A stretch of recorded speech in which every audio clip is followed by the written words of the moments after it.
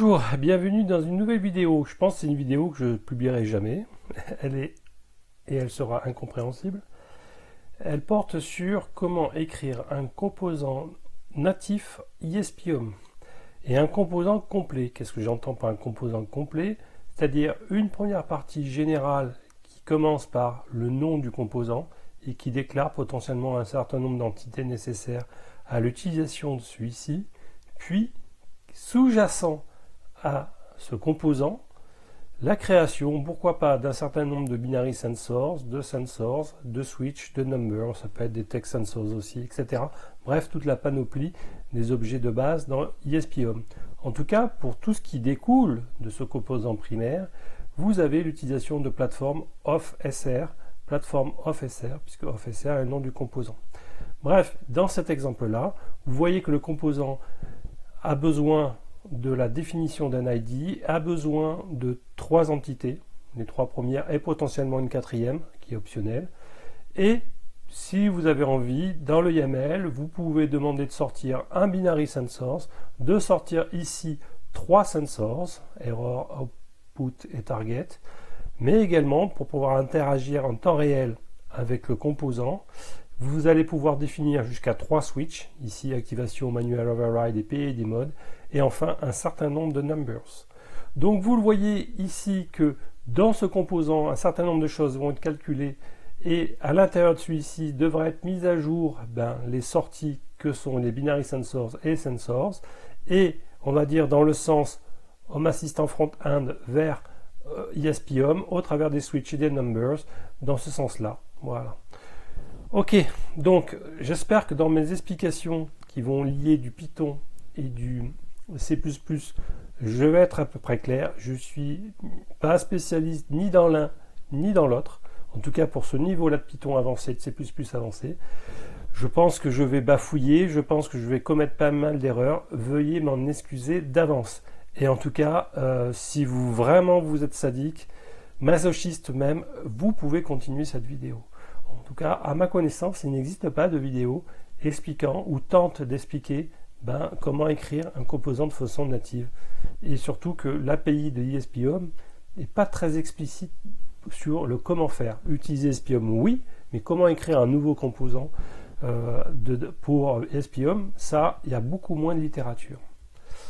Alors, on va parler un peu de l'organisation des répertoires qu'il vous faut.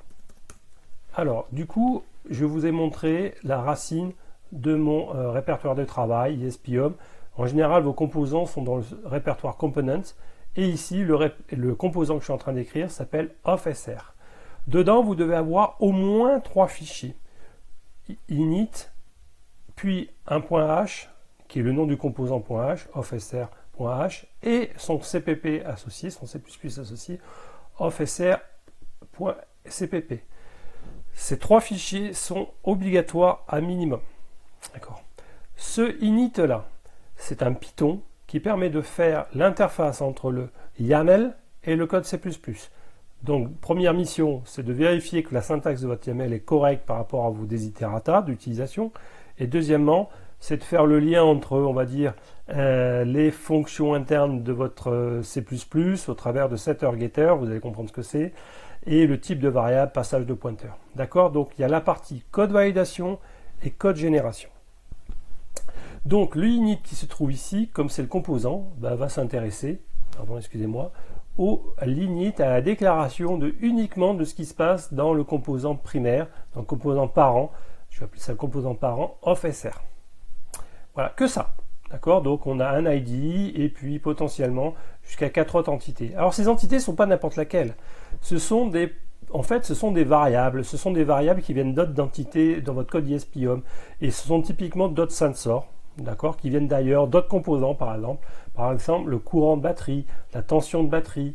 Et output, c'est pas un sensor qui vient d'ailleurs, c'est un output, c'est-à-dire typiquement en ESP-HOM un output, ça peut être un gradateur, un robodine, ça peut être un LED-C, ici, peu importe. En tout cas, c'est une sortie type flottante, une valeur entre 0 et 1 en général.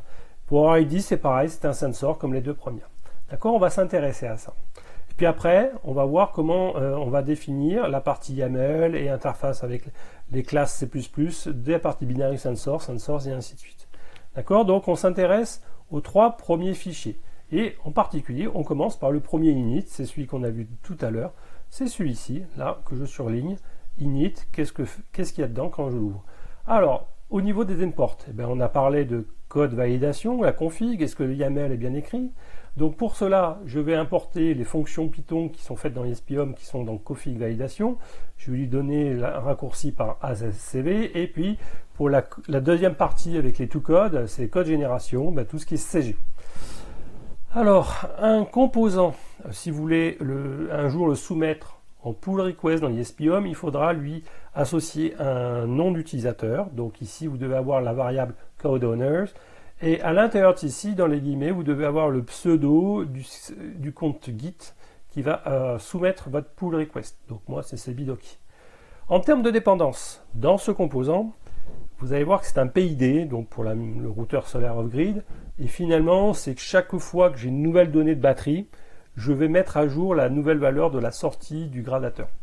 Et donc, j'ai besoin à un moment donné de calculer le temps entre 2 mises à jour. Donc, j'ai besoin d'un temps et de différence de temps. Et c'est pour ça que j'ai besoin du composant time. Et vous les voyez ici dans les imports que j'ai besoin. Ben, je vais avoir besoin du time ici. D'accord, ça c'est clair. Et comme vous avez vu pour définir le composant, j'ai besoin d'un capteur de tension de batterie, de courant de batterie. Ben, ce sont des capteurs, donc j'ai besoin de sensors. Et j'ai besoin d'une sortie de gradateur, par exemple, et c'est un objet output. Donc c'est pour ça que dans le from, j'ai tout ça. Dependencies, je viens d'en parler. Multiconf, à quoi ça sert? Eh bien, si par exemple, je veux définir 2 routeurs solaires off-grid, donc je vais définir offSR, je vais commencer à définir le premier, avec les 5 entités possibles, et puis je fais passer à la ligne, refaire un autre tiré pour définir un deuxième routeur solaire off-grid, par exemple pour une deuxième voie par exemple, et donc du coup le fait de faire définir plusieurs composants par un tiré, sous forme de liste de dictionnaire, eh ben, je utilise multiconf à true. Première chose aussi, c'est qu'on va définir le nom de la classe ou les passages de yo-yo entre Python et le C++. Ici, vous voyez dans le CG ESP-HOM namespace, eh ben, ça va être le nom de la classe du composant général que je suis en train de définir et il va s'appeler offSR, vous allez le voir dans quelques secondes. Et ici, le namespace, eh ben voilà, c'est pour éviter grosso modo d'écrire des trucs à rallonge, grosso modo. La classe correspondante, eh ben, elle va s'appeler offSR component. Vous voyez, donc comme c'est la classe principale, la classe du parent, classe parente, eh ben, je l'appelle offSR component, cette classe. Ok, voilà, ou en tout cas le lien, ça sera comme ça. Et il faudra bien faire attention dans les points H et les points C++ que la classe porte ce nom-là. Et comme c'est un composant, eh ben, je lui dis que c'est une classe qui s'apparente à la famille des composants ESP-HOM. Donc c'est cg.component. Si par exemple ce composant utilisait des données ou avait besoin de lire le bus I2C, si ça avait besoin de lire le bus UART, le SPI, ou avait besoin de générer régulièrement une donnée, eh ben, j'aurais mis ici toutes les dépendances. Par exemple en I2C, on aurait mis CG, I2C component, UART component, etc., etc. Bref, toute la liste des dépendances. Ok. Alors, on va maintenant parler de la partie validation du code YAML, c'est-à-dire est-ce que je l'ai bien écrit dans la syntaxe que je vais définir ici dans cette partie-là. Donc, je vous le rappelle, moi je veux que dans mon composant, j'ai un tiré, parce que je suis en multiconf, à true, j'ai le nom, je veux lui définir un ID, parce que si j'ai plusieurs, ça peut être routeur 1, après je vais un autre tiré en dessous, routeur 2, etc. Donc j'ai besoin d'un ID. Et puis voilà, les simples les entités dont j'ai besoin.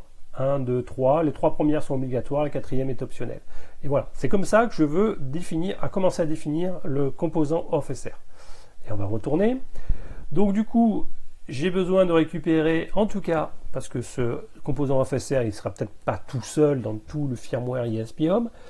Donc j'ai besoin de récupérer ce qu'on appelle l'identifiant général de tout ce qui va être compilé. Donc c'est confid, import confid.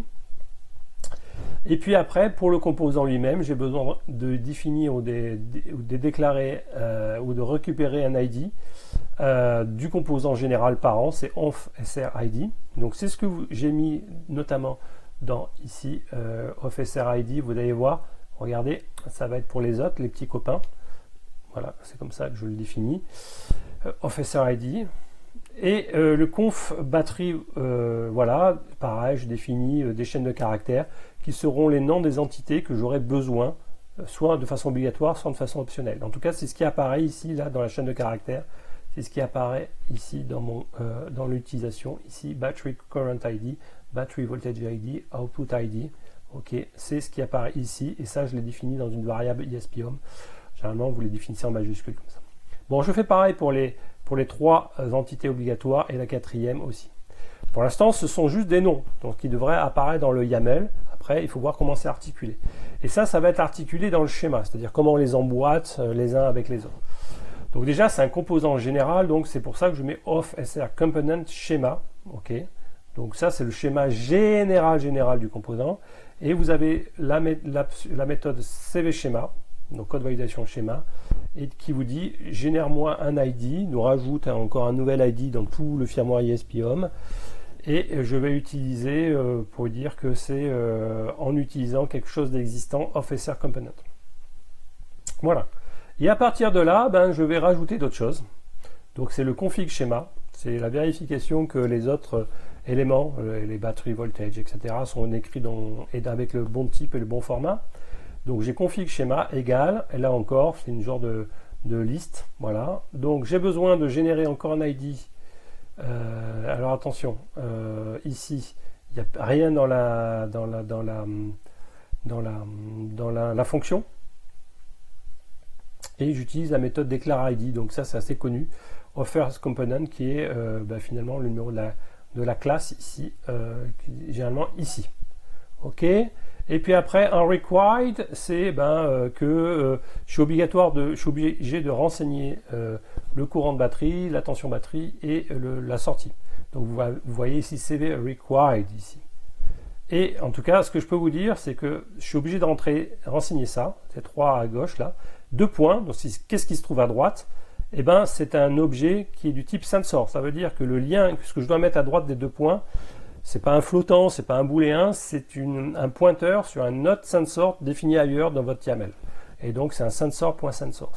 Et donc forcément, s'il est déclaré ailleurs, il a forcément un ID. Ça veut dire qu'il faut que je lui mette un ID à ce sensor. Je peux pas mettre juste un name, il fallait que ce sensor du Smart Shunt, j'ai mis name et ID aussi. Sinon, à cause de lui, il faut que je lui mette. Voilà. Pareil pour l'output. C'est un use ID, et là je lui mets, c'est pas un sensor, c'est une sortie, un output, ça se définit, c'est un objet ESP-HOM, et en plus c'est une sortie type float, donc une valeur typiquement entre 0 et 1, dans le cas présent pour un gradateur, mais ça peut être positif et négatif, c'est un float. Et la 4e entrée, c'est optional. Donc c'est pas obligatoire, c'est pour la partie capteur de puissance. Et donc c'est une sortie, un capteur quelque part, pourquoi pas un PSM ailleurs, défini dans votre YAML, un JSY, peu importe, quelque chose, voilà. Et du coup, il faut qu'il ait un ID, et je récupère son ID. Et je lui pointe dessus. Voilà, donc on a compris, 3 entrées obligatoires, une optionnelle, et ici, je lui génère son ID, et ce qui est super important, c'est qu'il va falloir récupérer pour l'histoire de plateforme, etc., que je lui récupère l'ID du composant. Alors, une fois que le schéma a été validé, je n'ai pas été très clair, là, je reconnais. Une fois que la partie YAML est vérifiée et checkée, on a créé les ID qui vont bien et pointés sur les bonnes capteurs et sorties, on va passer à la partie codage, c'est-à-dire passage au C++.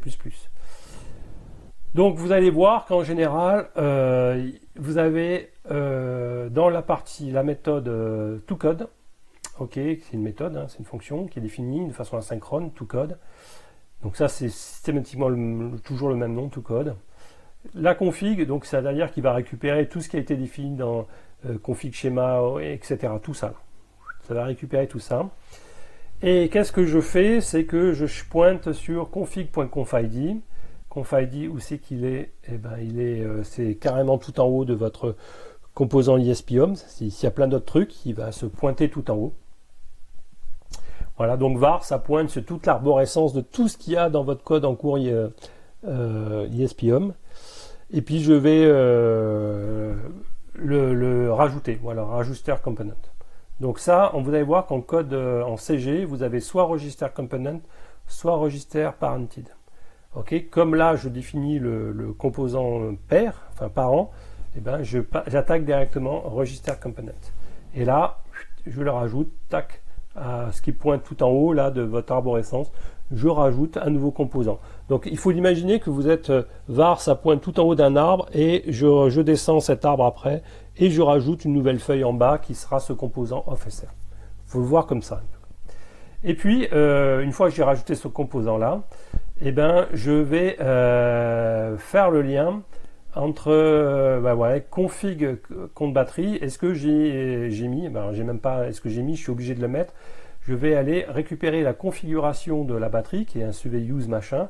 Hop, je get variable. Et ce qui est important, c'est que je vais faire le lien, voilà, avec ce qu'on appelle un setter. Donc si vous avez vu mes anciens rectons, c'est obligatoire. Alors qu'est-ce que c'est set battery current sensor? C'est le setter qui va se trouver, où ça? Qui va se trouver dans la partie .h.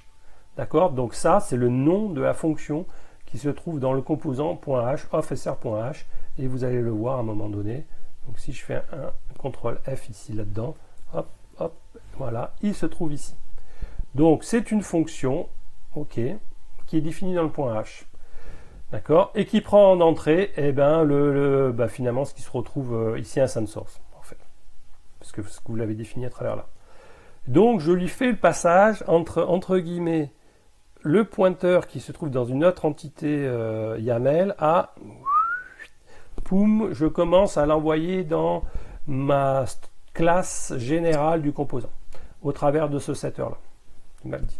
Donc var setter.machin. Donc j'appelle de la méthode générale la méthode setBattery.sensors qui a été rajoutée, hein, parce que var c'est toutes les méthodes, tout ce qui a été fait dans ESP-HOM. Et en fait, entre guillemets, comme je lui ai pointé dessus du composant, voilà, register component, du coup j'ai accès aussi au setter ici.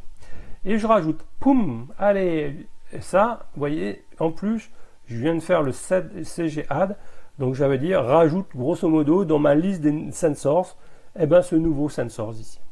Voilà, donc là, grosso modo, ça veut dire rajoute dans la liste, dans le code général du C++ à générer, rajoute-moi un nouveau sensor et dont on va passer les éléments par setBatteryCurrentSensors. Ok, une fois qu'on a à peu près compris, c'est pas très clair, hein, en tout cas ça sera redondant, hein, tout ce que je vais dire là, je vais le répéter plusieurs fois. On va faire pareil pour l'autre capteur, c'est-à-dire ici c'est la tension batterie. C'est exactement la même chose.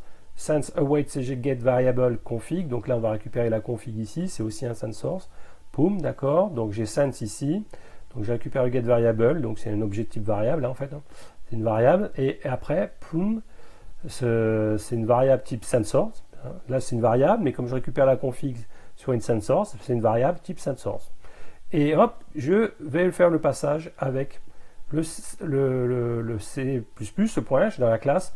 Et cette batterie sensor, c'est quoi? Bingo, elle est là. Cette batterie sensor, c'est un setter qui se trouve dans le point H. On va y revenir après. Et je rajoute un nouveau capteur. Boum, voilà. Alors, pour le gradateur, est-ce que c'est un peu pareil? Oui, regardez. Await cg variable config output. Qu'est-ce que c'est output? On sait que c'est une sortie. Donc ici, qu'est-ce que c'est out? C'est une variable Python qui va me permettre de pointer sur une entité ESP-HOM qui est un output. Et après, poum, je fais quoi? Je fais le passage dans la classe qui va bien avec le setter qui va bien, qui s'appelle setDeviceOutput, évidemment qui a ce nom par rapport à cette fonction-là. D'accord? Et une fois que j'ai fait cgadd, vous voyez, c'est strictement l'identique. Voilà, ça va se retrouver systématiquement. Et puis après, chaque fois que j'ai un sensor en binary sensor, je vais avoir le get variable et le setter. Le get variable, le setter, get variable.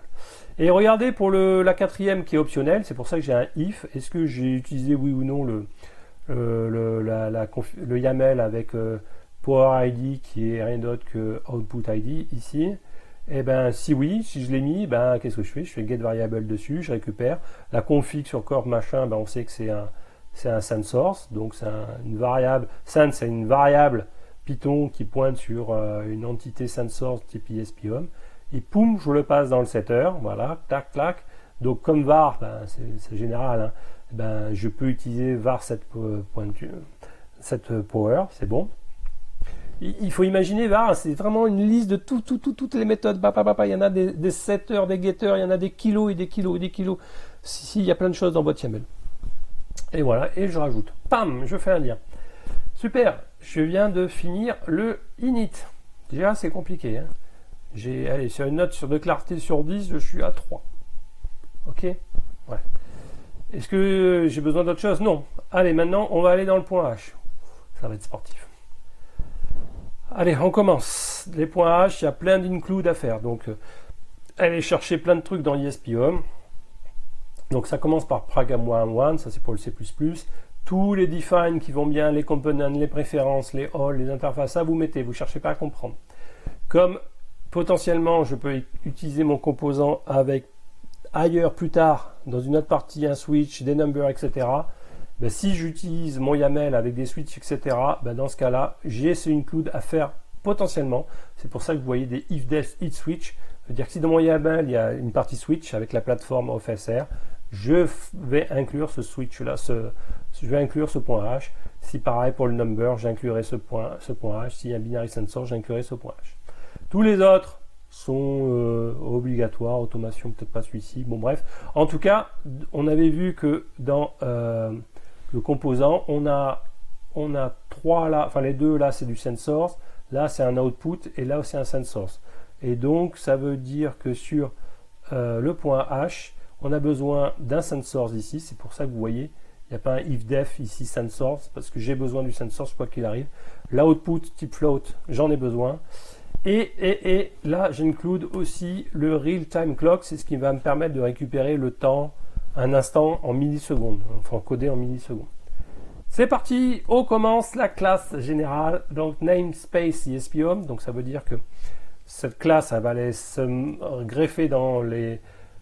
ça va être une sous-classe de ESP-HOM, ok, et donc je commence à définir la classe principale, la classe parente qui s'appelle OFSR. Pourquoi elle s'appelle OFSR? Et qu'est-ce que j'ai pas le droit de mettre? Ben parce que vous avez mis ici, dans cette première ligne, dans le Python, OFSR. Si vous avez mis cassoulet, ben, il va falloir l'appeler cassoulet ici, d'accord? Après, la classe proprement dit, principale, s'appelle OFSR Component. Là aussi, il ne faut pas mettre n'importe quoi. Parce que vous avez mis ici FSR Component et vous la déclarez ici dans FSR Component. Si vous avez changé une lettre, majuscule, minuscule, machin, le C, machin, vous êtes trompé. Ici, vous avez mis un C minuscule, ça ne marchera pas si ce n'est pas strictement équivalent. Donc, c'est une classe, ok, qui, grosso modo, va s'articuler sur... ça va être une classe qui s'appuie sur la classe générale component d'ESP-HOM. Elle est en public, d'accord? C'est une classe component. Si en plus, par exemple, vous auriez fait un composant qui fait... qui s'appuie sur le port série, sur le l'I2C, etc., vous auriez mis, par exemple, virgule, et ben public I2C component, I2C, enfin SPI component, etc. Vous les aurez mis, les virgules, tout sur quoi ça doit hériter. Je commence l'accolade et elle se termine très très très loin, mais on va essayer d'assez vite. 10 minutes au moins. Alors, ce qui va suivre, ici, subswitch. Et vous voyez ici, j'ai un if def. Ça veut dire que c'est uniquement si dans mon YAML, j'ai utilisé le switch. Donc vous avez subswitch. Et ici, vous voyez que c'est une fonction qui a en entrée activation manual override PID. Alors d'où ça sort ces trucs? Ben, vous allez voir que dans mon répertoire, dans la partie, on est où? On est sur les switches, c'est ça? Oui. Regardez bien. Eh ben, c'est parce que le premier switch que j'ai besoin, le fichier s'appelle... C'est pas vraiment activation, mais c'est pas le nom du fichier, mais c'est en lien. En tout cas, c'est dans l'init ici. Ouais, si j'ouvre celui-ci, alors il se trouve où le switch? C'est binary sensors. Ouais, ici. Ouais. Parce que vous avez défini les trucs YAML que vous allez définir le switch par activation manual override et PID mode. Donc là, activation ici, machin, etc. C'est en lien, ça va être en lien avec du point H original du parent. D'accord? Donc activation manual override PID mode. Je sais. Ça commence à se compliquer. Ouais, et ça va être même tonneau pour if numbers. Ici, charging sign point, etc. Eh ben, vous l'avez compris, si je prends l'init des numbers, alors je sais que je vais en parler dans quelques minutes, mais bon, c'est où?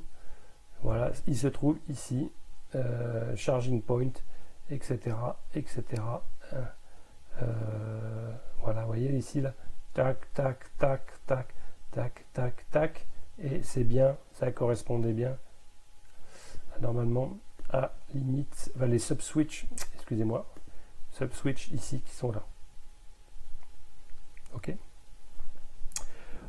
Quand je serai à ce moment-là, je reviendrai ici. Ça sera peut-être, ça éclaircira un peu les choses. Alors je sais qu'on n'est pas obligé d'utiliser le sub-switch, mais moi j'ai pas réussi à le faire sans. Je me suis inspiré évidemment pour vous faire cette vidéo d'autres composants. Je me suis inspiré de PIP Solar, de LD 2410 et 2420. D'un autre composant d'un gars qui n'a pas encore publié officiellement sur ESP-Home, mais il m'a bien aidé, enfin dans ce qu'il a écrit. Ok, bon, on reviendra dessus. Alors, dans une classe, vous avez une partie publique, c'est typiquement des fonctions qui peuvent être utilisées depuis ce composant-là ou depuis n'importe où en dehors de cette classe-là. Voilà, c'est public, accessible. Et ce qui va être important, c'est aussi dans la partie protected. Donc, c'est n'est accessible qu'à l'intérieur.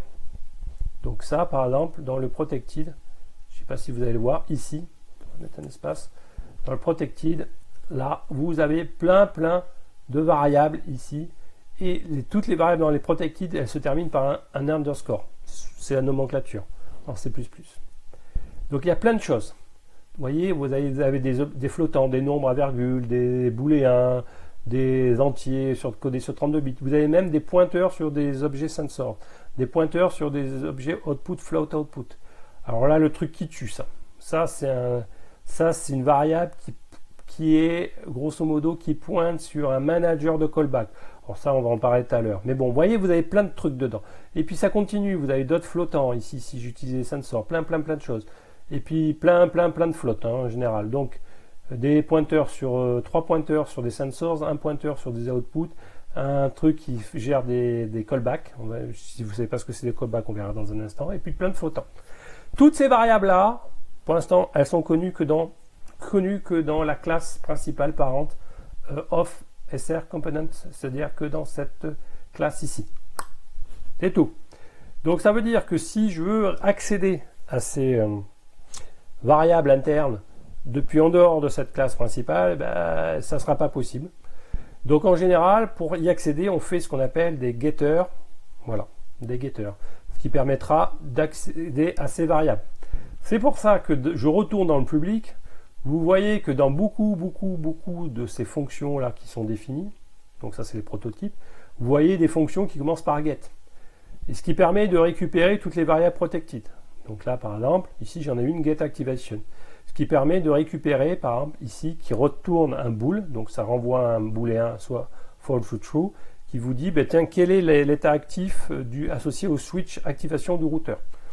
Donc quand, à un moment donné, je l'appelle, alors je ne l'appellerai pas dans le composant principal, parce que lui, il le voit, mais dans une sous-dépendance, et bien là, j'utiliserai cette méthode get activation. Et du coup, il pourra récupérer la variable protected current activation. Ok, bon. Allez, on va commencer par le début quand même, parce que cette classe-là, elle a un public, et comme elle hérite indirectement de la classe ESP-Home Component, déjà, par défaut, vous avez de base les trois méthodes setup, dubconfig et update. Alors, comme dans le C++, je vais mettre à jour, je vais définir qu'est-ce que je vais faire dans le setup, c'est-à-dire au démarrage du composant, et potentiellement le dubconfig. C'est pour ça que vous voyez la présence d'override. Donc on résume, quand vous avez mis CG component ici, par défaut, vous héritez des méthodes setup, dubconfig et update. Comme je vais redéfinir la méthode setup et dubconfig qui sont créées par défaut par CG component, c'est pour ça que je mets le mot-clé override. D'accord? Alors j'ai dit que vous héritez de update et vous la voyez pas. Bah oui, parce que j'en ai pas besoin. Ouais, oui. Pourquoi? Parce que je vais faire ma propre fonction update, d'accord? Donc qui n'est pas présent par défaut dans component de ESP-Home. Après, plein de fonctions. Et vous voyez les set battery current sensor. On en a parlé déjà. On en a parlé quand? Eh ben, dans l'init. Vous vous en souvenez? Là, dans tout ce cas là. Set battery current sensor. Eh ben, il est là. Donc ça, c'est ce qui permet, regardez bien, ça permet de faire quoi cette fonction? Ça permet d'écrire, regardez bien, la variable protected, vous la voyez ici. Eh bien, ça veut dire que la variable protected, je l'écris avec quoi? Avec la valeur ici, qui est qu'un autre qu'un pointeur sur un capteur, qui vient d'ailleurs d'une autre partie d'un code ESP-Home, d'une autre partie de votre YAML, si vous voulez. Donc là, du coup, ça permet d'écrire dans la variable cachée protected. D'accord? Donc le setter, c'est pour écrire dans ces variables protected. Getter, c'est pour lire depuis ces variables protected. Ok? Et donc là, j'en ai au moins 3, parce que je vais aller pointer, par exemple, la donnée du capteur SmartShunt dans ce this battery current sensor. Je vais les lier, vous allez voir après. Et donc je fais pareil pour les battery current, battery voltage et regardez le device output. Je vais lier les deux, pareil. 6, machin. Donc je vais dire, cette sortie-là de l'output, c'est lié avec mon objet ESP-Home qui définit par exemple un LSA ou une Robodine. Et le quatrième qui était optionnel, donc il ne faut pas que je l'oublie, c'est pareil. Donc vous voyez, j'ai 4 setters ici. Et la fonction principale de mon code, elle s'appelle PID update. Donc elle est là, ma fonction principale. C'est là où il y a toute l'intelligence du PID. Bon, on va voir après sur le C++, je ne vais pas trop en parler parce que moi, ce que je veux comme objet de vidéo, c'est de faire les interfaces, les passages de Python à votre code, classe, etc. Après, les parties intelligentes, ça dépend de chacun de vos composants. Alors, une autre fonction qui tue. Dans la partie publique, c'est celle-là. Wow. Alors, elle tue. Elle tue parce que ça fait intervenir, elle s'appelle comment la fonction add-on PID computed callback. Ok.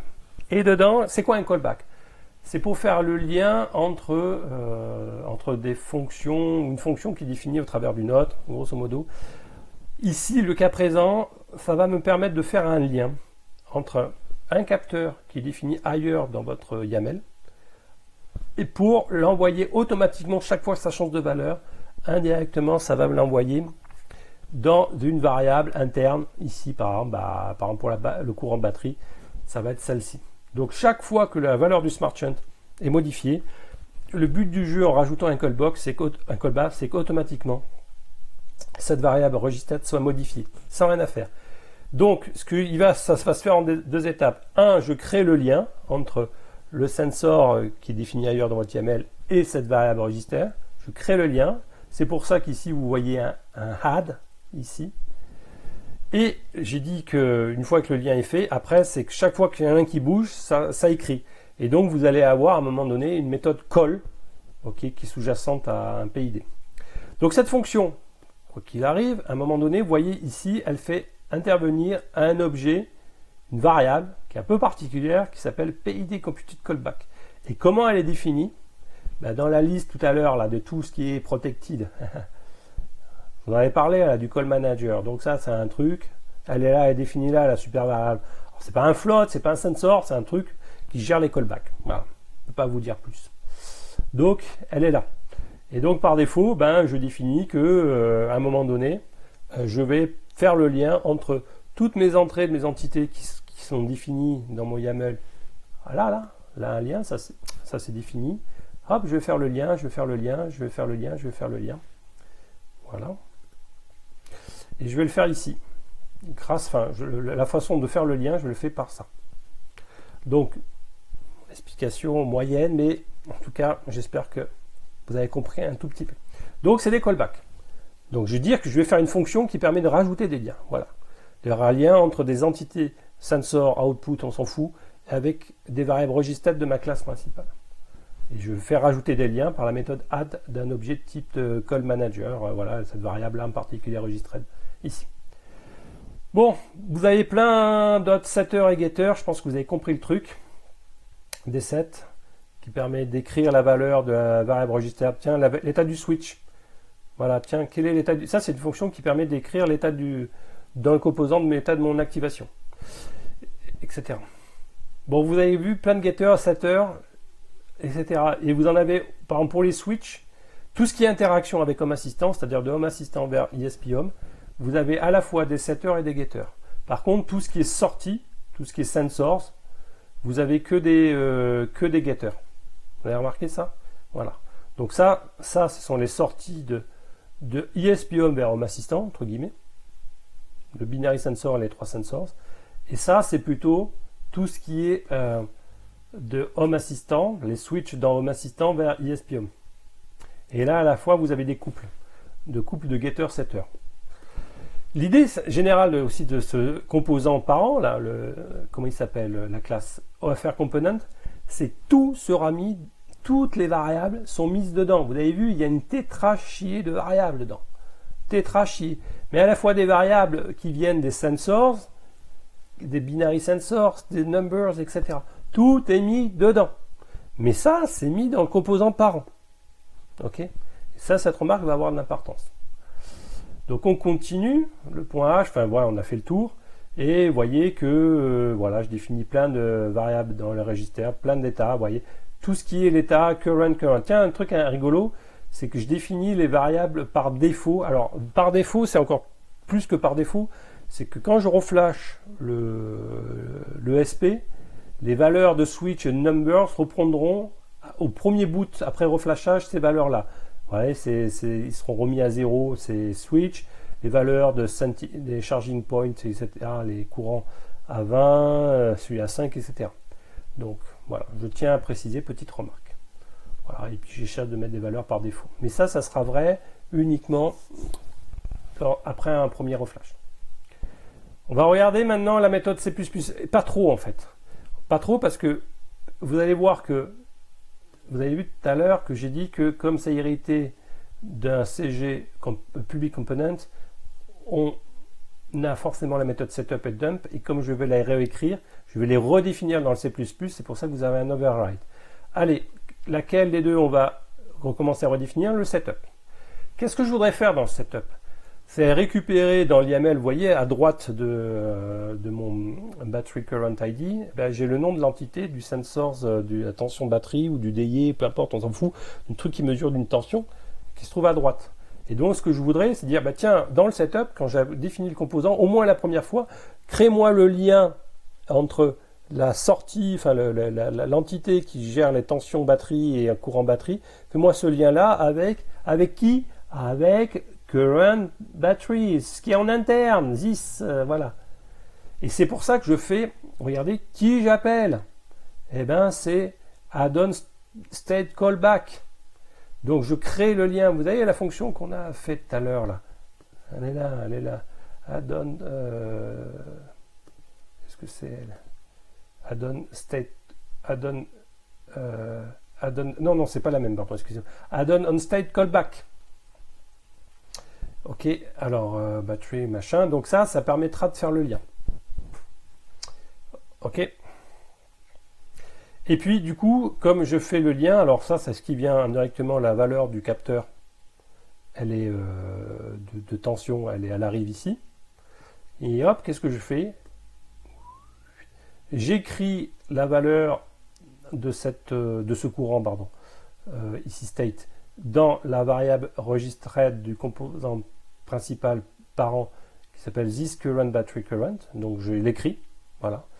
Et ce qui est très important ici, c'est que j'appelle, alors là c'est super important, la méthode thisPIDUpdate. Alors c'est quoi thisPIDUpdate? C'est une fonction qui est définie juste en dessous.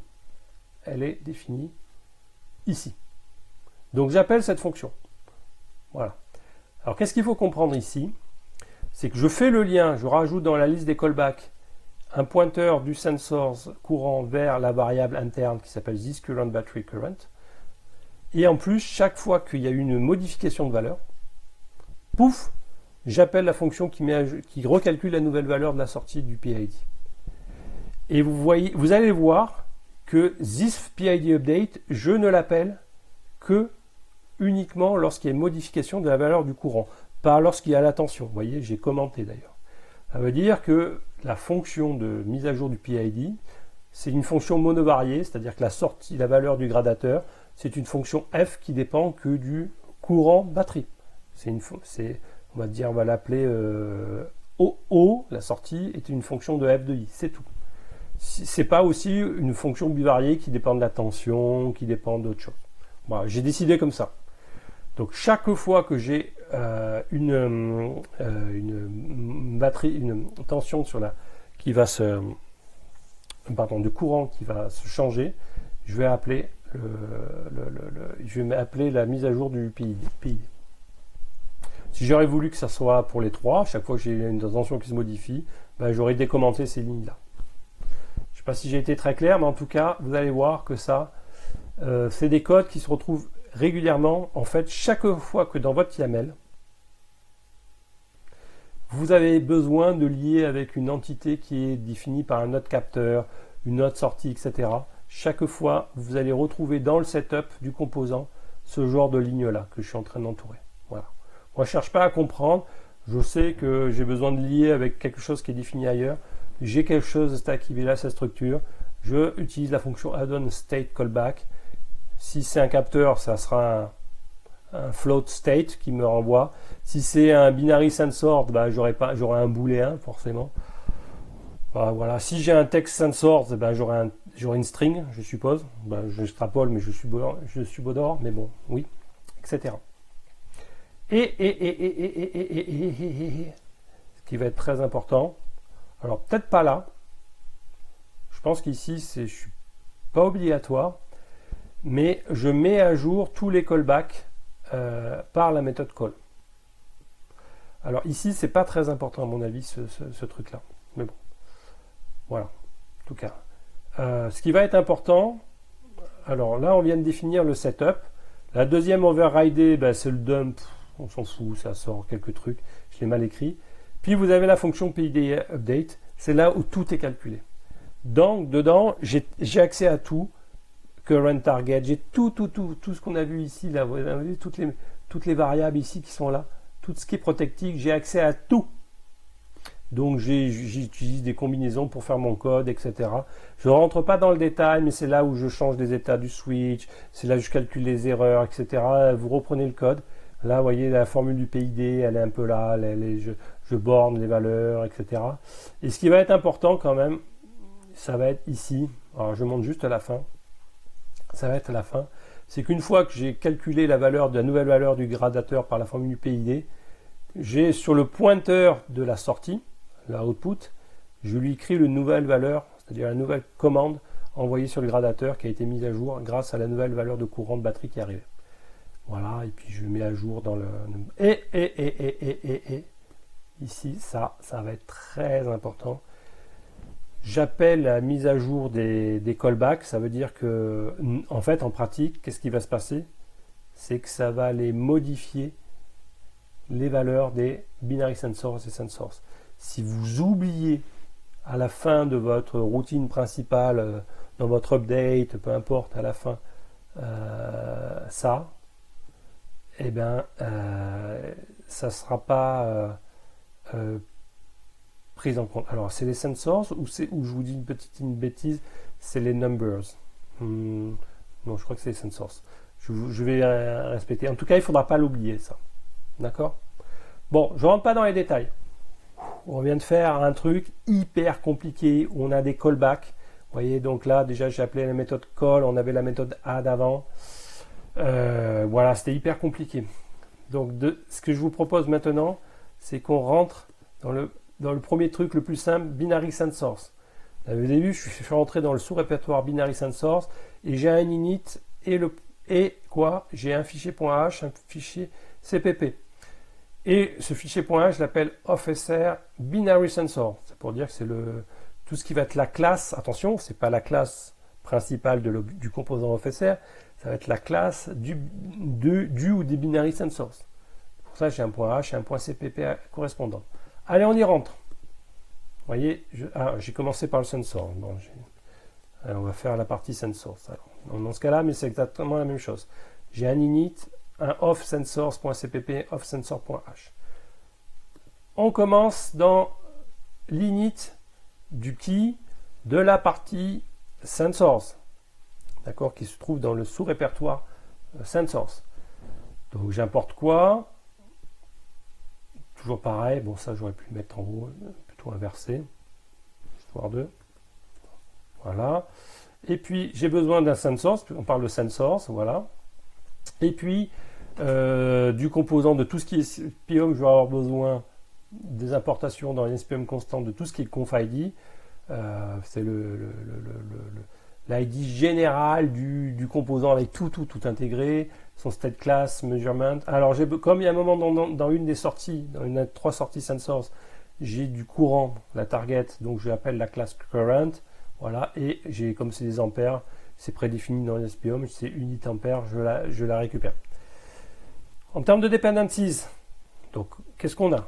On est sur la partie sensors du composant of-cr. Donc là, en fait, ce sensor, c'est le premier enfant. Il faut le voir comme un enfant. Et son parent, c'est la classe générale of-sensors. Donc le premier enfant, c'est un sensor, le sensor, c'est un premier enfant. Sa dépendance, c'est qui? Il dépend de qui? De son parent. C'est of-sr. Okay.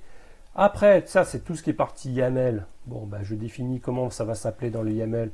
Les 3 sensors, output, error, target, c'est ce que vous voyez ici. Sensor, error, output, target. Vous voyez, c'est les noms qui se mettent là. Voilà, les icônes qui vont bien en sortie pour la partie affichage, parce qu'ils ne sont pas dans const. Voilà, ils n'y sont pas, ceux-là.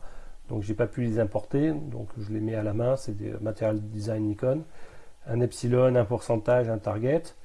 Bon, très important cette ligne-là. Un from, parce que j'ai besoin d'autre chose. Vous voyez, from 2 points, 2 points. Pourquoi il y a un 2 points? Vous savez que ça veut dire quoi 2 points? Ça veut dire que c'est le dossier, c'est le répertoire en amont. Eh bien oui, parce que sensors, regardez bien son arborescence. Il est noyé dans of-sr. Donc, si je veux revenir de sensors au dossier parent, il faut que je fasse point, point. C'est pour ça que je fais point, point. Donc, dans le dossier, depuis le dossier parent, tu réimportes l'ID du composant of-sr, ok, la classe générale of-sr component, et ainsi que le namespace associé. Ok, donc ça, je récupère tout ce qui a été fait au préalable, dans le ici, ici et ici, et of-sr. Et qu'est-ce que je fais? Je rajoute une nouvelle classe, en fait. Une nouvelle classe, en plus, ce qui a été fait préalablement de of-sr component. Et je rajoute tout dans la of-sr class. Et comment ça va s'appeler cette nouvelle classe? Elle s'appelle of-sr sensors. D'accord? Je l'appelle comme ça. Avant, c'était component, quand je vais parler du composant parent. Component, il est où? Ouais, il était component, ici. Et là, maintenant que je suis au sensor, je l'appelle sensors. Et je pense que vous avez compris, quand je ferai binary sensor, ça sera of-sr binary sensors. Voilà, je l'appelle comme ça. Et ce qui va être important, c'est que ce truc-là, regardez comment je le définis. Le sensor, il faut qu'il utilise une plateforme, mais pas n'importe laquelle. C'est la plateforme du composant que je suis en train d'écrire, c'est-à-dire of-sr. Donc il me faut, pas n'importe laquelle. Et le lien, la référence of-sr, il faut que je lui dise, tiens, quel composant of-sr en cours tu es en train il faut te lier, c'est celui-ci qui a été défini ici, dans l'ID ici. Donc ce of-sr ID, il doit faire référence à qui? À lui. Et comment ça s'écrit ça dans l'init? Il est là. Generate ID, CB declare ID. Bon, voilà. Donc je peux, juste sur la partie sensor, si je veux, je peux mettre une partie ID. Mais ce qui va être très très important, c'est ça. CB generate ID. Depuis qui le composant principal of-sr ID. Et je lui dis qu'il faudra utiliser la plateforme qui va bien, la plateforme of-sr. Bon, bref, cette ligne-là est très très importante. D'accord? Donc ça, vous devez la mettre. Puis après, j'ai 3 sorties, 3 sensors optionnels. Donc c'est pour ça que vous avez un CV optionnel. Voilà, donc la première capteur de sortie optionnel, c'est conf-error, donc c'est l'erreur. Voilà, deux chiffres après la virgule, l'icône qui va bien, les state class qui va bien. Deuxième sortie, c'est l'output, 2 chiffres après la virgule, blabla. Et la troisième, c'est une mesure de courant. Bon, là, je ne suis pas obligé de mettre qu'un seul d'ailleurs, ça suffit. Oui, parce que j'ai dans le numbers associé, j'ai mis qu'un chiffre après la virgule. Bon, peu importe. voilà, en tout cas l'unit measurement, c'est l'unit ampère, etc. Donc là, c'est ce qui permet de vérifier que j'utilise bien mon YAML de cette façon-là. Et pas que j'écris Casimir, voilà, etc. Donc vous voyez, à erreur, il me faut au moins le name. J'aurais pu rajouter un ID ici, mais bon, ça marche bien. Voilà, donc là on vient de faire la partie code validation, la partie CV. Vous voyez, tout ce qui est CV. Maintenant, on va faire la partie code génération. Donc rebelote, dans cette méthode sensors, on a la méthode toCode, qui va récupérer la partie config, qui peut être générale, méthode asynchrone. Rebelote, var, ça va être la variable générale qui va pointer sur toute l'arborescence de tout ce qu'il y a dans votre code ISPM en cours. Voilà, donc il se met tout en haut de l'arbre, si vous voulez. J'enregistre, je register le var, voilà. Donc, très bien. Et qu'est-ce qu'il y a? Très important, on récupère, tiens, je récupère le get variable. Tiens, tu vas pointer sur la variable, tu vas récupérer en variable Python le début, qu'est-ce qui pointe sur l'arborescence qui commence, pas général de tout ISPOM, mais du composant FSR. Donc c'est ce qu'il y a. Donc FSR component, c'est une variable Python qui récupère tout ce qui est en tête de gondole du composant FSR. Pourquoi je fais ça? Pourquoi je suis obligé de remonter un peu quelque part? Parce que là, je suis en train d'écrire la partie sensor du composant, et donc il faut que je lis les deux. Et c'est ce que je suis en train de faire ici. Donc vous voyez, ici je récupère la tête de gondole du composant FSR, et je lui dis, là, ce composant-là, ben, ça va être je vais lui dire, bah, tiens, toi, sensors de la plateforme FSR, ton parent, c'est-à-dire ton lien, ton générateur, ton créateur, c'est lui. C'est pour ça que vous voyez la méthode setParent. Et setParent, où c'est qu'elle va être définie? On commence à le deviner. Là, dans le point H associé, donc dans off SR sensors. Et elle va être là, cette méthode-là. OK? Donc une fois qu'on a rajouté dans la liste grâce à CGAD, la liste des setters, un nouveau setter qui permet pour la sous-classe of sensors de pointer son parent, donc c'est-à-dire le composant original, principal, parent of component, eh bien je vais après potentiellement, selon, parce que si c'est optionnel, comme c'était optionnel, lui rajouter des nouveaux setters sur la variable qui pointe sur le capteur en sortie, et je les rajoute dans la liste des setters. Ok, donc on en a. Alors, ça, c'est obligatoire. C'est obligatoire de faire un setParent. Obligatoire.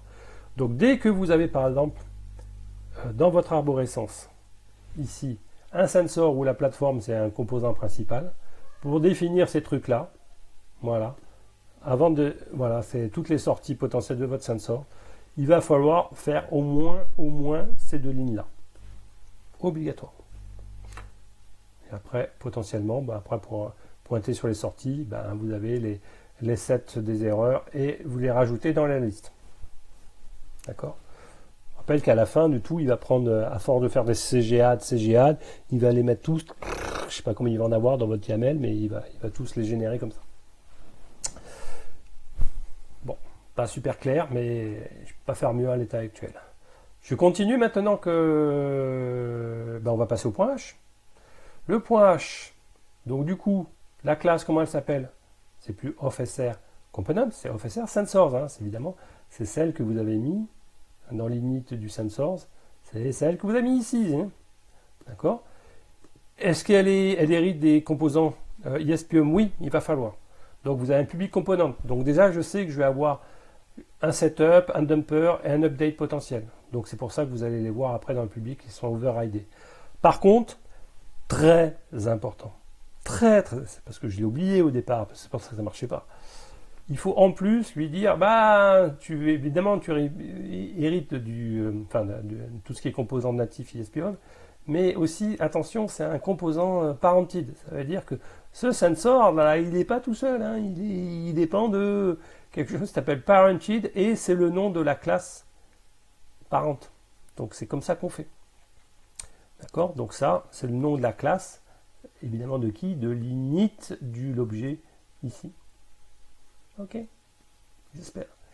Voilà, il ne faudra pas l'oublier. Ne pas l'oublier. Bon, donc la partie publique, qu'est-ce qu'on a? Ben, on sait qu'on a setup, on l'override, parce que vous allez voir que dans le CPP, je la redéfinis, setup, dub config, voilà, pas obligé, je ne sais pas si je l'ai utilisé ou non, ben voilà, je l'override, update, je l'utilise pas, donc je ne le fais pas. Et j'ai la fameuse méthode setParent, ben c'est un setter. Alors, qu'est-ce que c'est? Ben on voit que en entrée de cette fonction, c'est un objet type, c'est pas un float, c'est pas un pointeur sur sensor, c'est pas un pointeur sur float, c'est un objet of_SR_component. Et c'est qui? Ah ben je l'appelle après, c'est thisParent. Regardez comment il est défini. Oh, c'est un pointeur sur la classe parent. Ok, of_SR_component. Donc finalement, parent underscore, ça va être pour la partie sensors, le parent. Donc le sensors il voit tout ce qui se trouve dans le parent par ça. Donc du coup, c'est cool parce que je rappelle que dans le parent, il y avait une tétrachier de variables protected. Et donc, je vais pouvoir interagir depuis le sensor ou vers le sensor. Je vais pouvoir interagir comme ça. Méthode très importante, publish data, c'est pour mettre à jour les valeurs des sensors. Parce qu'ici, vous voyez qu'il n'y a pas de publish state. Ok, donc là, on a fait le tour. Qu'est-ce qu'on peut résumer? Dans le protected, je définis 3 sensors. Voilà, 3 pointeurs sur sensor. Ok, l'erreur, l'output, etc. Sur tout ça, c'est un pointeur sur qui est la classe parent. D'accord, je vous rappelle que c'est là où se trouvent toutes les informations. Donc il me le faut vraiment. Hein. Et une méthode publish data qui permettra de mettre à jour pour Home Assistant l'affichage les données qui sont calculées dans le composant principal. C'est-à-dire error sensor underscore, c'est mise à jour où ça? Dans la classe PID update. Hein. D'accord, mais à un moment donné, il faut que ces variables, il faut que ça soit affiché dans Home Assistant, donc il faut que je publie ces data et ça sera fait dans la partie C++ of Sensor, ce que je fais maintenant. Alors, qu'est-ce qu'il y a dedans? Namespace of SR, donc c'est le composant. J'oublie pas de mettre l'include sensor au préalable, ça je l'oublie pas, le composant, donc j'oublie pas de mettre lui.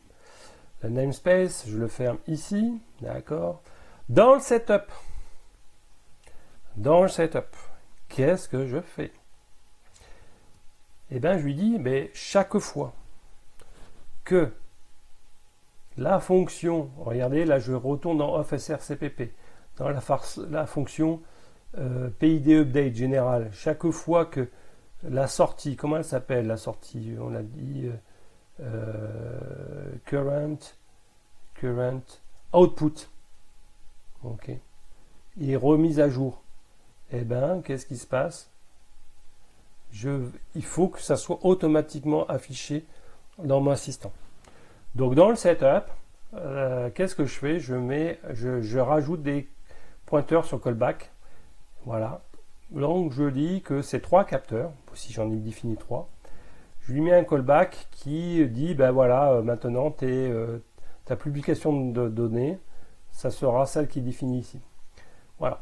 Donc le parent, chaque fois que, autrement dit, je vais essayer de bien m'exprimer, chaque fois que dans le PID update, chaque fois que je change la valeur de la sortie ici, this current output, comme j'ai fait dans le setup de of_SR_Sensor.cpp ça,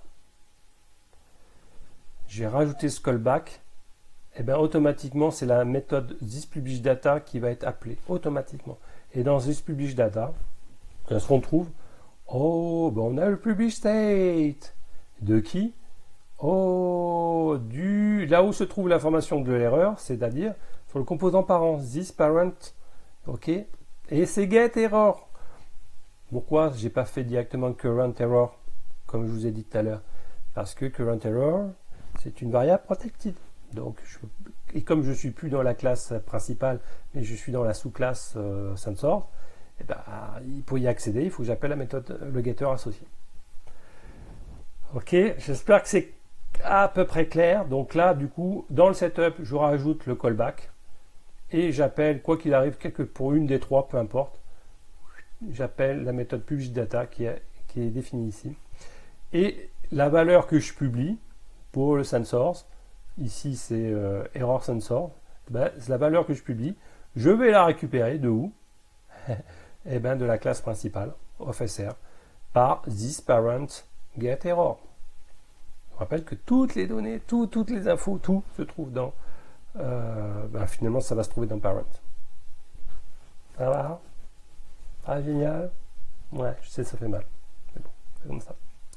Bon, on va essayer de faire la même chose pour binary sensor, si c'est cohérent. Allez, on y va. Je suis dans le binary sensor, je suis dans son init. Est-ce que, on l'avait vu tout à l'heure, c'est un peu la même tartine. Dans binary sensor, j'ai un init et un point .h, un point .cpp. Donc, qu'est-ce que j'ai besoin? Des imports CG, machin, parce qu'il va voir à vérifier le YAML et générer la suite, rajouter des choses dans le code de validation. Les imports, j'ai besoin de conf ID obligatoire, conf ID général de tout le composant. Et la classe et device class occupancy, c'est tout ce qui est actif, pas actif, je crois. Détecté, non détecté.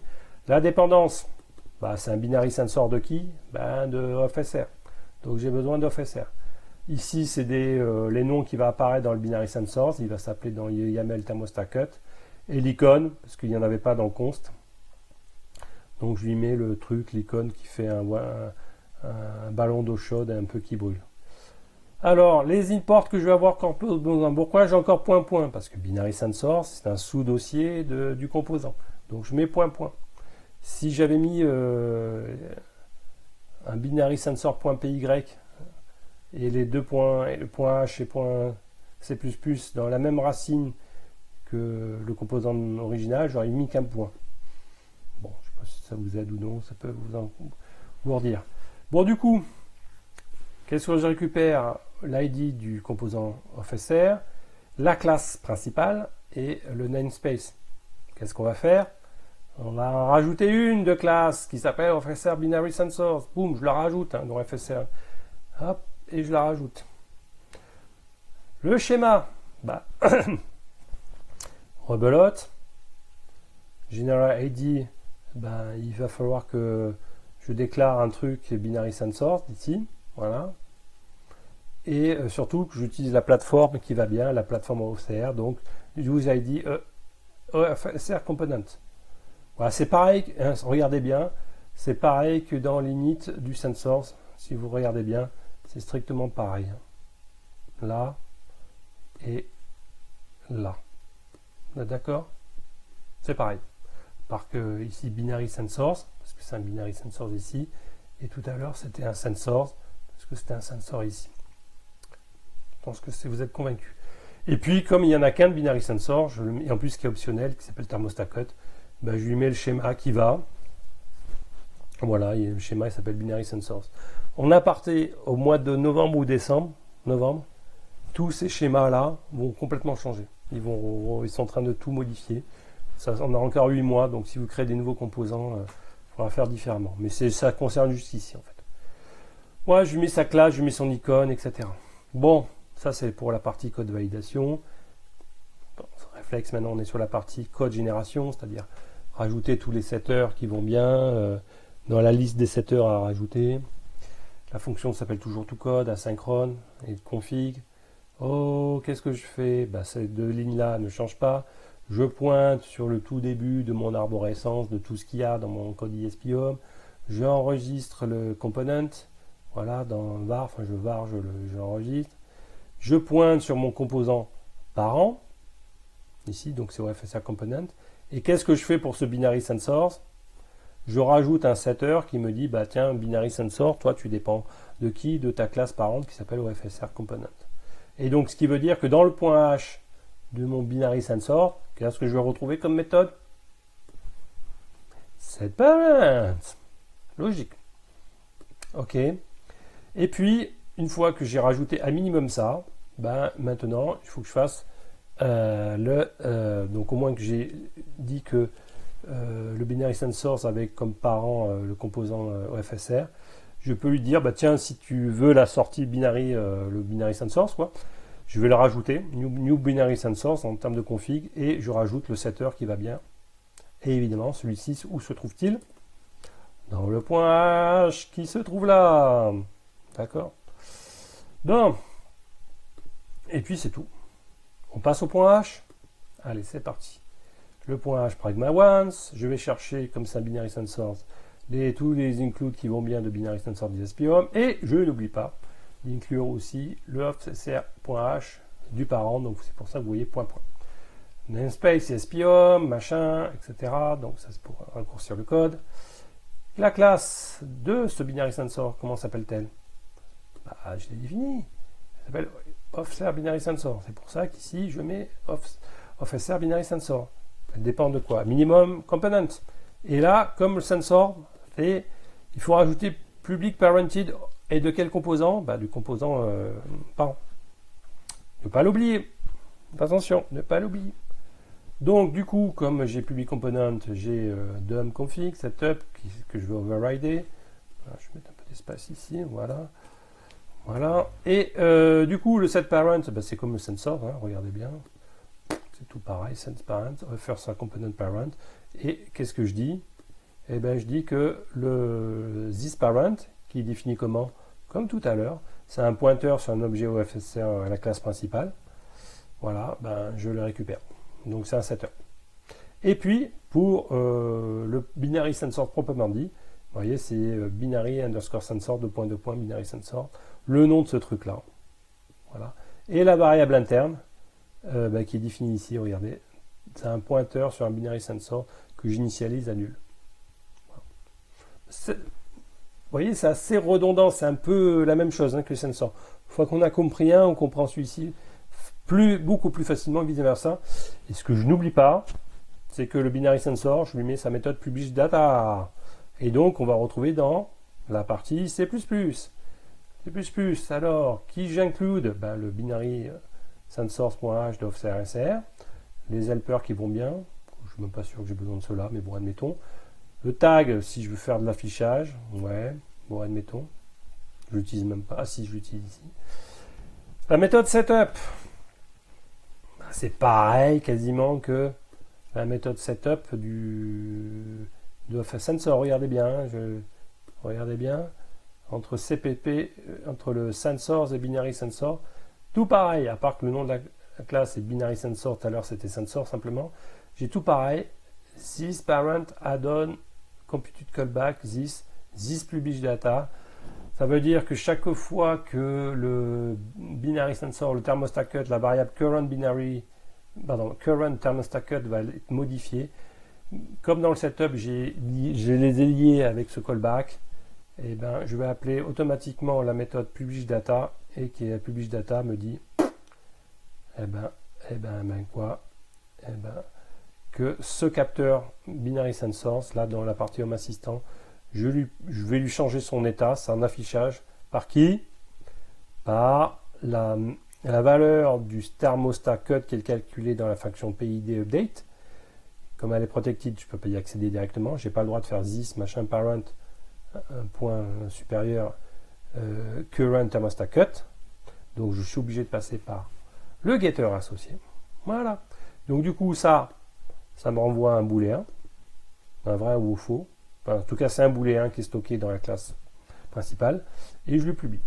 Ça veut dire que chaque fois que dans la fonction PID update, la variable current, c'est laquelle ça? Thermostat cut, voilà, par exemple, ici c'est changé d'état, là c'est un true, c'est un false. Chaque fois que c'est changé ici, alors en fait ça sera fait exactement chaque fois qu'il y aura le callback, il sera exécuté ici, automatiquement, ping, ici, ça va appeler la méthode public state qui va récupérer sa valeur et le binary sensor va être mis à jour dans l'interface home assistant. Ouais, je sais, c'est compliqué, c'est compliqué. Bon, et c'est pas fini. Il nous reste quoi? Il nous reste les switches et les numbers. Aïe, aïe, aïe, aïe. Allez, on commence par les switches.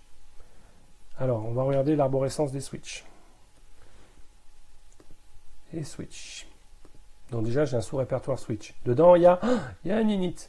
Et là, je vois, il y a 3 paires de fichiers .h et cpp. Pourquoi j'en ai pas que 2? Eh bien, parce que je vais vous l'expliquer dans un petit moment. En tout cas, les noms des fichiers ici, ça va être le nom du switch YAML underscore switch. Par exemple, dans mon YAML, le switch, regardez, le premier switch s'appelle activation. Ce qui veut dire que le nom du fichier .h et .cpp correspondant, ça sera activation underscore switch cpp et switch.h. On va raisonner. Ici, vous avez manual override, ce qui veut dire que les noms des fichiers, ça va être, excusez-moi, manual override underscore switch, manual override, switch.h et .cpp. Ok? Bon, vous avez compris pour le troisième switch. Bon, déjà, ça commence mal. C'est comme ça. Alors, dans l'init, codegen, alors, chaque fois j'inverse, mais bon, faire les choses propres, entre guillemets. Oups. Ben, j'ai fermé. Alors, on va le remettre ici.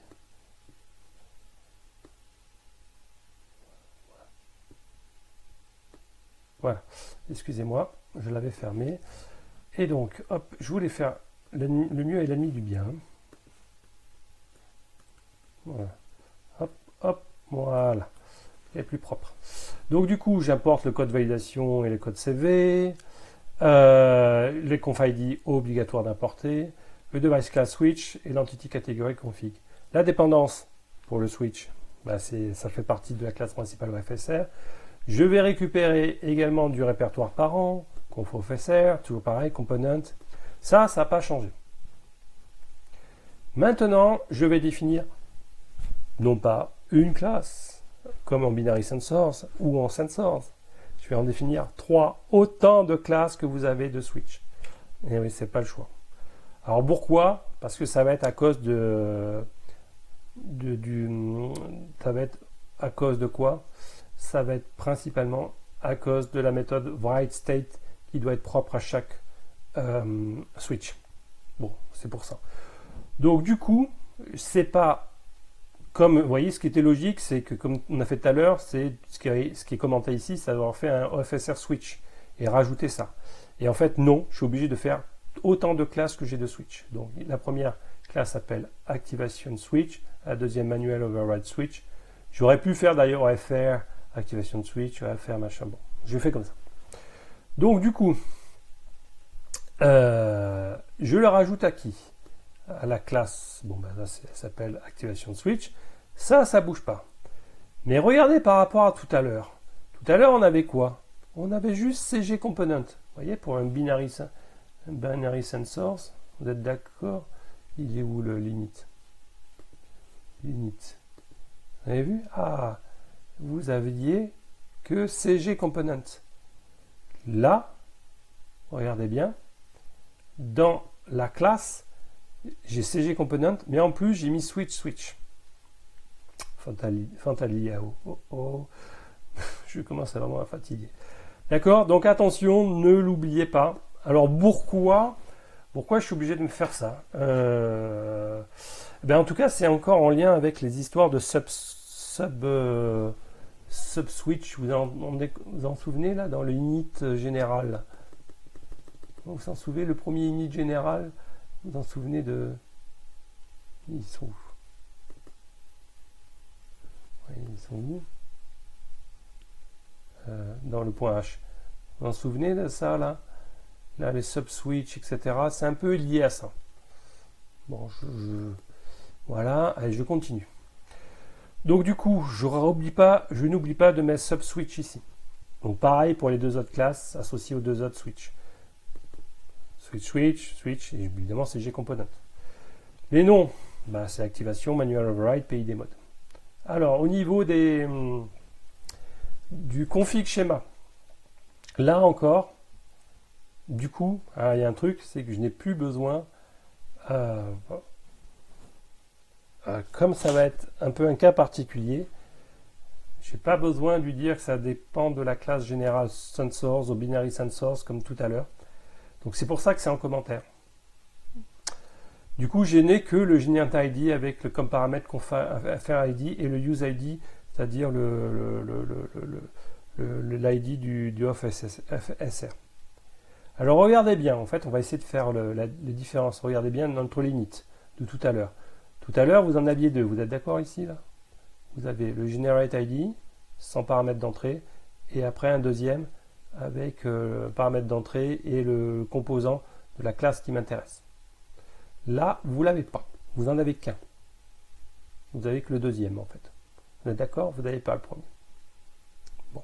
Premier petit changement. Deuxième, dans la déclaration des schémas des switches. Donc, ils sont en optional, pourquoi pas. Regardez ce que vous avez en plus. Vous avez ça en plus. Donc là, c'est la classe ici que je viens de définir. Alors qu'au préalable, regardez bien, ici, vous aviez rien là. Vous n'aviez pas vous n'aviez pas binary sensor switch, excusez-moi. Hein, vous n'aviez pas binary sensor switch, OffSR binary sensor switch.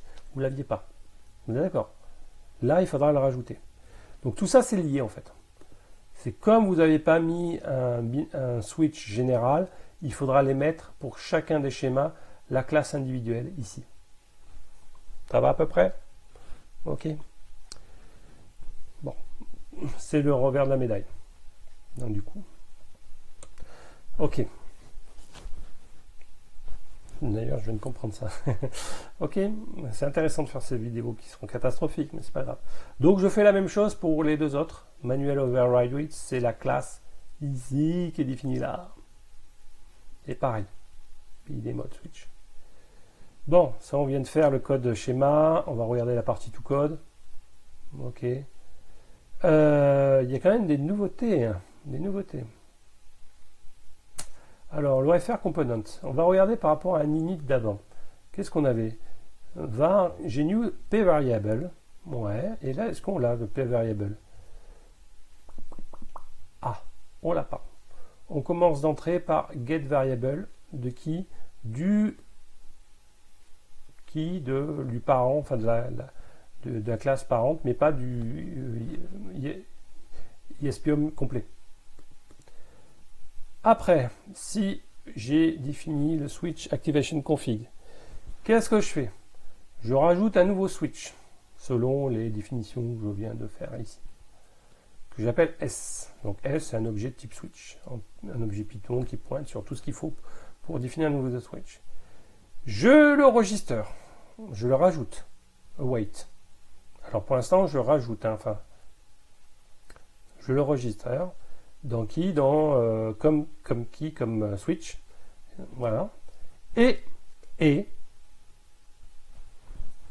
je suis obligé de faire un register parented. Vous avez les deux. Donc là, ce que je suis en train de faire, c'est quand vous cherchez une information qui vient de Home Assistant vers ISP-Home, autrement dit, il va falloir faire ça. Un register component suivi d'un register parented. OK. Je n'oublie pas de rajouter dans la liste des setters, donc dans le add, le setter qui permet de, si je modifie la valeur de Home Assistant, la nouvelle valeur du switch, hop, je l'écris dans la variable interne, set activation switch. De qui? Du composant principal. Offer component, c'est qui? C'est le composant de la classe. Et donc, ce qui veut dire que set activation switch, où est-elle définie? Est-ce qu'elle est définie là? Est-ce qu'elle est définie dans l'activation switch.h? Niet. Où c'est que c'est défini? C'est défini dans la classe parente. Regardez, c'est OFR component, c'est la classe parente originale. Donc elle est définie ici. Regardez, si je fais un CTRL F, hop, c'est activation switch. C'est pas là. J'ai dit une bêtise. Alors attendez, peut-être que je suis Miro alors. Elle est là? Non, elle n'est pas là. Bon. Set activation switch. Set activation switch. Ok. Où est-elle définie? Bon, elle doit être là-bas. Bon, peu importe, je continue. On va retrouver nos petits. Du coup, pareil pour les deux autres switches. Ok. Si c'est dans la liste du YAML, ce switch-là, je crée un nouveau switch. Je l'enregistre comme composant. Et en plus, je lui lie ce switch aux parents, enfin à la classe parente qui est OFSR component. Et j'appelle la méthode, si ça change d'état, setManual override switch. Ouais, voilà. Et pareil pour le troisième PID mode. Bon. Ouais. Donc du coup, ce truc-là, ce switch-là, automatiquement, voilà, c'est juste, je me souviens. Comment est-elle définie? Eh bien, comment elle s'appelle?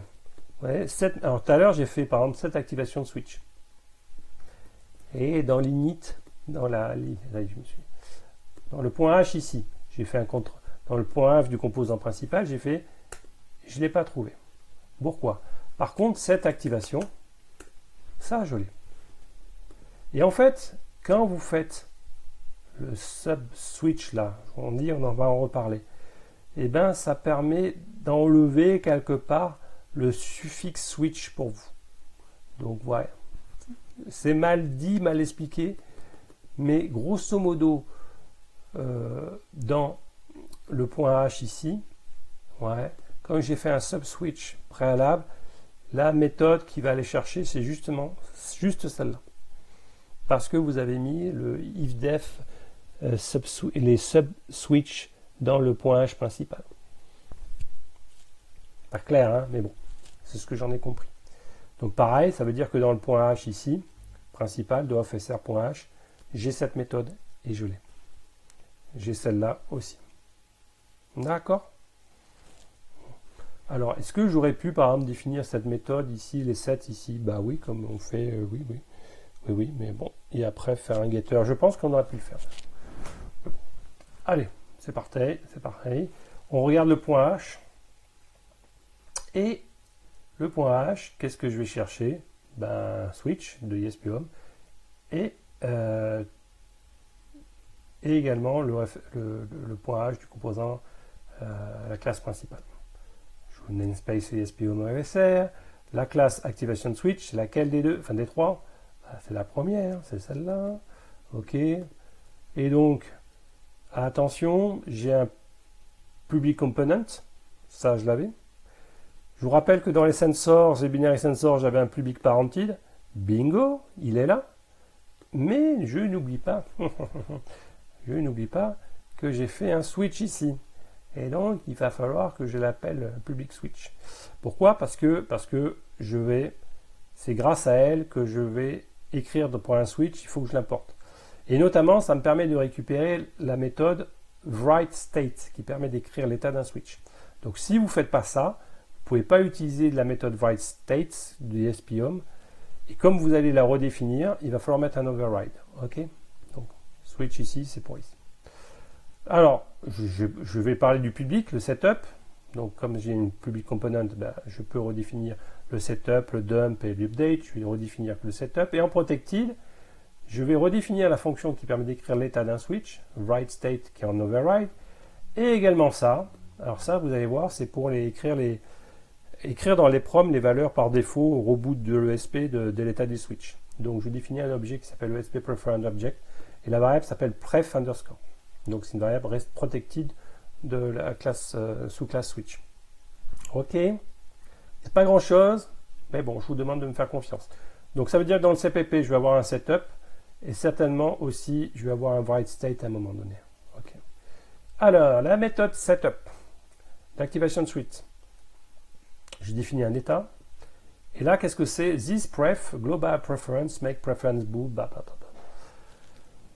Alors là, ça veut dire, grosso modo, va définir un pointeur sur une entrée mémoire de l'EPROM, voilà, et qui va travailler sur une variable de type booléen. Voilà. Ne me demandez pas trop pourquoi, mais c'est pour remettre les états du switch au redémarrage, les états par défaut. Donc vous définissez cette variable. Et je vous rappelle qu'elle est bien locale, hein, dans le point H, elle est bien définie ici. C'est pour ça que j'ai un this, hein, ça c'est bon. elle est à l'intérieur de la classe switch. Donc c'est bon, un this ça suffit.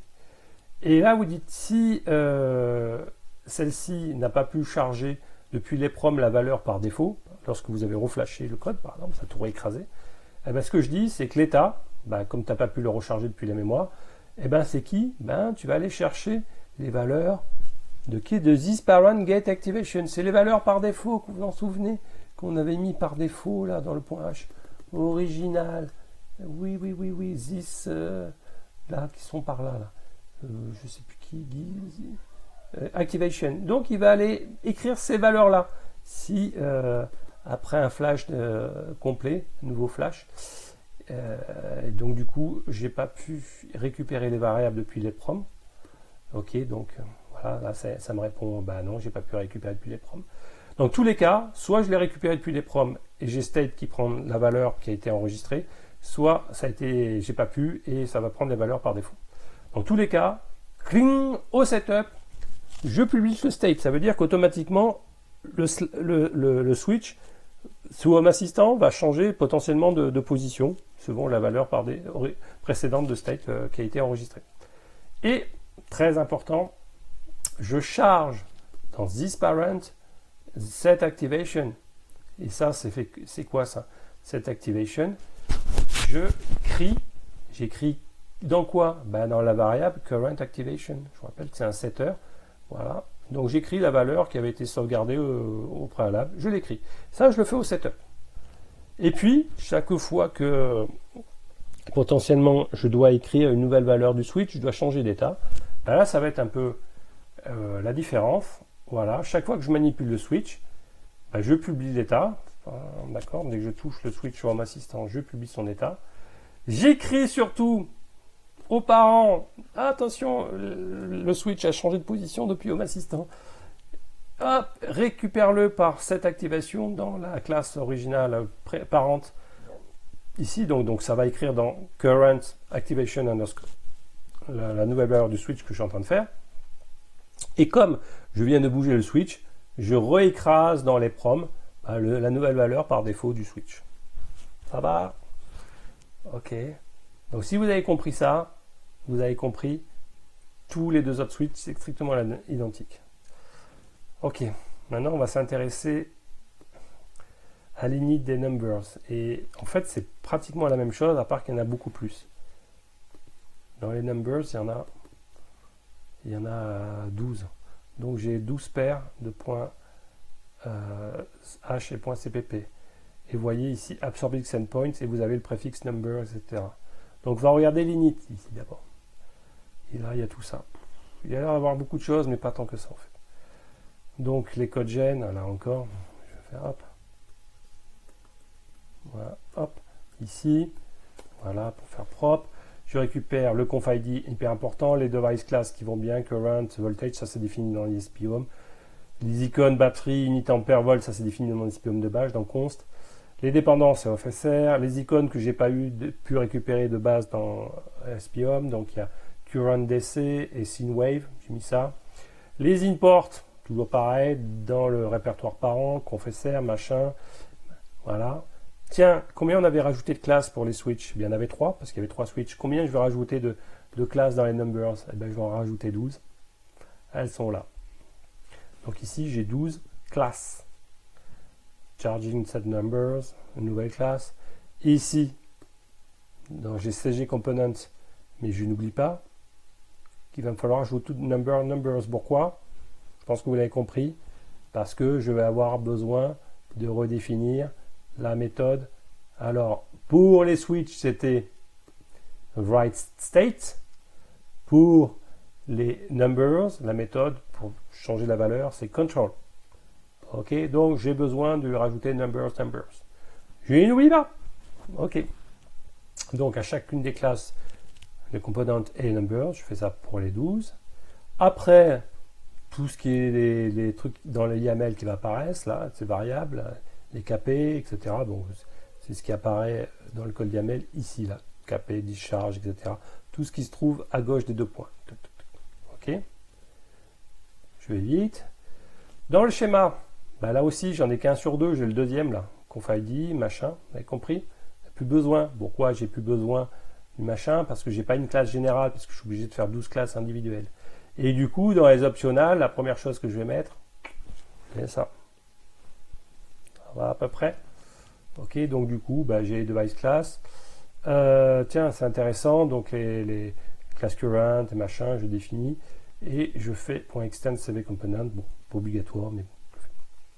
Donc je fais ça pour les 12 optionales. Ils sont tous les 12 optionales. Je ferme mon schéma. Et je vais arriver avec quoi? Avec la méthode toCode. Donc celle-ci, elle devrait ressembler à la méthode toCode des quoi? Bah, des switches. Donc je le mets là. Ok. Ok, donc je définis OFR component, await get variable de général. Est-ce que je l'ai? Ouais, je l'ai ici. Est-ce que j'utilise le numbers charging setPoint? Oui. Si oui, qu'est-ce que je fais? Je crée un nouveau numbers, aussi avec les valeurs par défaut. Ouais, c'est les valeurs de courant, de charge minimum de la batterie. Alors si vous voulez charger minimum à 100 batteries, ben, vous recompilerez le code en mettant 100. Voilà, le step, c'est le pas d'incrément. Voilà, bon, que vous changez ici. Et puis on retrouve le couple CG Register Component suivi de CG Register Parented, comme à l'instar des switches. CV Register Component, CV machin. Et après, j'add le setter qui va bien. Donc c'est ce qu'on voit ici. Le setter ici, j'add. Bon, je fais pareil pour les 12. Ok, c'est strictement identique. Rebelote, hein, donc ça se ressemble. Et c'est normal, c'est normal. Ok, on va s'intéresser à un point H maintenant. Alors le point H d'un de ces numbers, pragma once, on va récupérer l'include qui va bien, l'include général du composant principal, le namespace. Ici, le nom de la classe, bah, vous avez compris, c'est une des 12 classes, enfin, de la classe correspondante. Donc, elle est où? Elle est où? Elle est où? Elle est là. Ok, elle est là. Évidemment, je mets component. Elle est parentée, ce numbers et comme pour parent la classe principale OFSR component. Et comme je suis obligé de changer ce que fait value, je suis obligé de mettre public numbers, d'accord, la méthode control. Je suis obligé de mettre ça, sinon je ne pourrais pas faire un override, je ne pourrais pas mettre ça. Ok. Donc je vais redéfinir le setup, ça veut dire pour écrire les valeurs par défaut du numbers, pour mettre les sliders, chaque fois que le SP redémarre, pour mettre les sliders au bon endroit des valeurs préalablement enregistrées.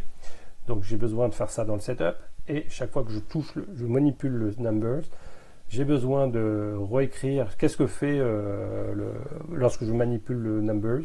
Voilà, donc je vais redéfinir le contrôle et je vais stocker dans les proms avec toujours un objet qui s'appelle pref. Et je vais plus stocker un booléen, maintenant je vais stocker un flottant. Alors on va voir ça dans le setup. Vous voyez, j'ai un float value ici. Qu'est-ce que je fais? Je vais définir la variable dans les proms. Est-ce que à l'endroit où est stocké cette information là de set charge point, en fait c'est une pile mémoire et je me pointe dessus si vous voulez. Si j'arrive à lire si je n'arrive pas à lire la valeur stockée dans les proms, eh ben, la valeur par défaut sera celle qui aura été définie dans la classe principale dans son point H, à l'instar des switches. Voilà, donc c'est dans thisParent, je la récupère par le getter associé. Une fois que j'ai la valeur value, ben, je l'écris. Donc là, attention, ça veut dire que maintenant, la variable current charging setPoints est mise à jour par cette fonction-là. Donc voilà, j'ai la nouvelle valeur de charging cette valeur, en tout cas celle qui au redémarrage de l'ESP a été préalablement sauvegardée ou définie par défaut. Et je publish le state. Donc ça, c'est pour la partie Home Assistant. Je bouge le slider, ça le fait pour vous. Et enfin, ça c'est pour démarrage de l'ESP. Il remet les valeurs par défaut. Et quand chaque fois qu'en temps réel, parce que vous pouvez faire dans le routeur, vous pouvez changer les valeurs de KP, etc. Ben, qu'est-ce que je fais? Ça va appeler un peu la méthode contrôle. Donc la nouvelle valeur du slider, elle rentre là. Bon, je déplace le curseur qui va bien. Et c'est super important, c'est que j'appelle cette méthode-là. Ça veut dire que ça va renvoyer dans la méthode PIDUpdate la nouvelle valeur du slider, ok, dans la variable restricted current charging setPoint. je n'oublie pas de sauvegarder la nouvelle valeur, une nouvelle position du slider avec thispref.save. Voilà, j'ai fini. C'est horrible, horrible à expliquer. Je pense que c'est le plus dur, level difficulté 1000 sur 100. Je pense que personne n'aura rien compris. Je pense que je vais avoir 10 vues. Je vais avoir 3 milliards de dislikes. Je m'en fous. J'en ai rien à foutre. Je fais ça gratuitement. Je ne suis pas payé. En tout cas, c'est l'état des lieux de ma compréhension. Ça n'existe pas. Il n'y a aucune vidéo qui mentionne comment faire.